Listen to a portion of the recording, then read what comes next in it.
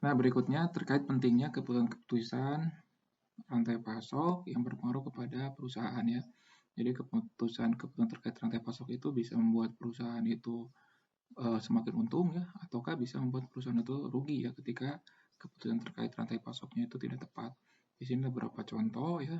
Contoh di sini adalah Walmart ya, di mana Walmart ini bisa meningkatkan penjualannya ya dari awalnya 1 miliar ya US dollar pada tahun 1980 sampai 408 billion US dollar ya pada tahun 2010 ya. Ini strateginya adalah di samping membangun sebuah sistem informasi ya yang mendukung rantai pasoknya, Walmart ini juga dia membuat strateginya itu dengan merancang rantai pasok dalam bentuk klaster toko ya di seputar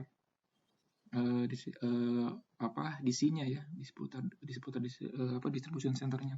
Nah, sehingga proses replenishment itu bisa berjalan dengan cepat ya, sesuai dengan supply demand-nya ya, dan dengan biaya yang lebih murah dibandingkan dengan para pesaingnya.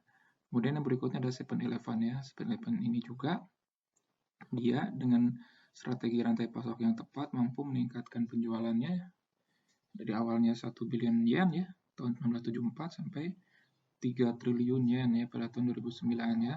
Juga sama ya.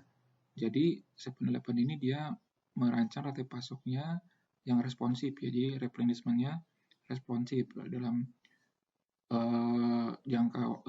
dalam waktu satu hari itu dia bisa melakukan proses replenishment ya sesuai dengan kebutuhan dari customer ya yang beragam di berbagai tokonya itu. Nah, ini juga didukung dengan investasi dalam sistem informasi.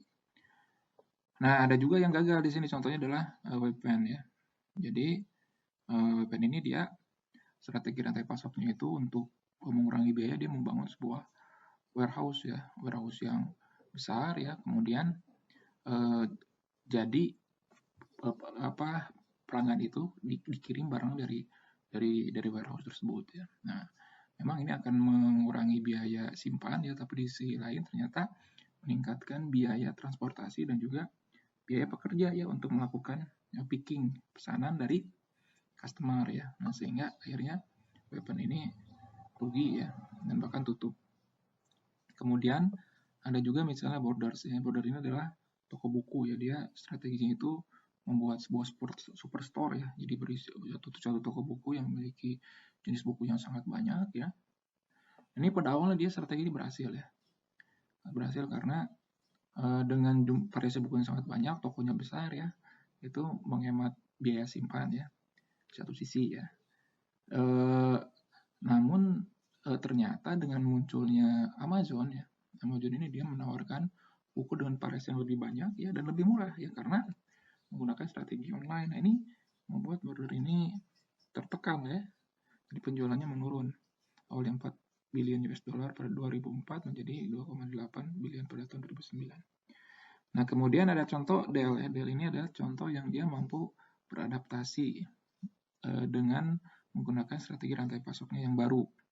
Jadi awalnya Dell itu dia menjual langsung komputernya itu kepada customer dengan melakukan customisasi. Jadi strategi Dell ini adalah komputer itu bisa di custom. Jadi customer itu dia bisa memilih ya speknya seperti apa ya. Nah, kemudian nanti Dell itu mengirimkan langsung ke customer-nya tanpa lewat distributor ataupun retail ya. Nah, namun dalam perkembangannya kemudian Dell membuat juga ya sistem rantai pasok ya untuk yang low custom ya. Jadi yang sedikit di custom itu dan juga untuk low end komputer ya. Jadi yang spek-speknya tidak terlalu tinggi itu dia melalui distributor dan juga retailer. Nah, jadi dia membangun dua sistem rantai pasok dan ternyata ini bisa menjaga keuntungan Dell ya di tengah persaingan yang ada. Nah, ini contoh bagaimana keputusan terkait rantai pasok itu berpengaruh sangat signifikan kepada perusahaan. Nah, apa saja sih keputusan terkait rantai pasok di sini yang perlu dipertimbangkan ya? Ada 3 ya.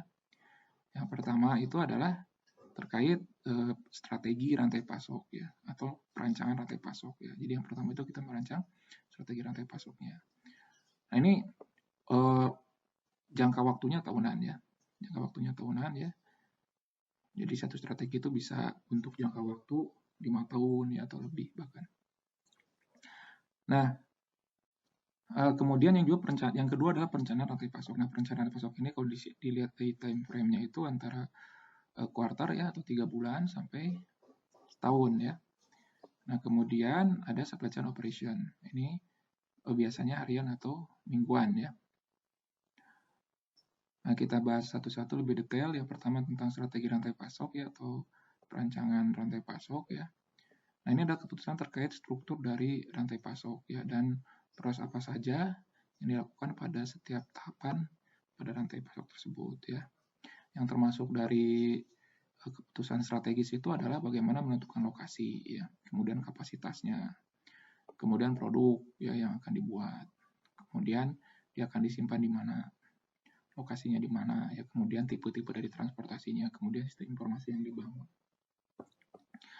Nah, perancangan rantai pasok ini ya harus mendukung ya tujuan strategis dari perusahaan. Jadi strategi perusahaan dulu mau kemana, kemudian dari itu baru dirancang strategi rantai pasoknya. Nah, perancangan supply chain ini ya sifatnya long term ya, long term dan juga mahal ya. Contoh misalnya ketika menentukan lokasi pabrik ya, itu kan mahal ya, dan jangka waktunya lama ya. Ketika misalnya mau dipindahkan itu biayanya sangat besar ya, sehingga perlu dipertimbangkan ya terkait misalnya ketidakpastian pasar atau hal-hal lain ya, sehingga dalam jangka waktu tersebut keputusan ini tidak diubah gitu ya.